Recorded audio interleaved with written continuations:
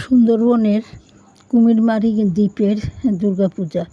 যে দাদা টোটো করে এই গ্রামে নিয়ে আসে তার ফোন নম্বর নিয়েছি। সেই নাম্বার দিয়ে ফোন করে দাদাকে দুর্গাপূজা কেমন হয় সুন্দরবনের তা দেখার জন্যে বলেছি।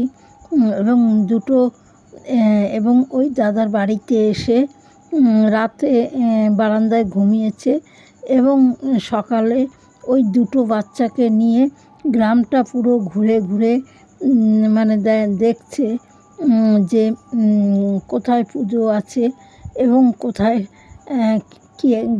কী আছে তা দেখার জন্য সব বাড়ি বাড়ি ঘুরে দুই বাচ্চাকে নিয়ে দেখছে দাদা। তারপর একটা পুজো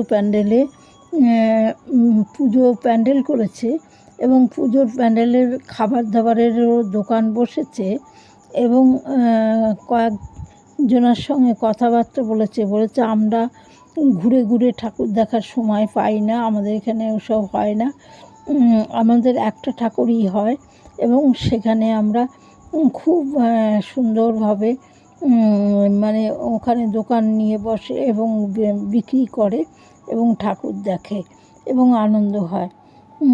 তারপর একটা বাড়ির পাশে একটা মুদিখানার দোকান, সেই দোকানে কাপড়, মুরগি সব কিছু বিক্রি করা হয় এবং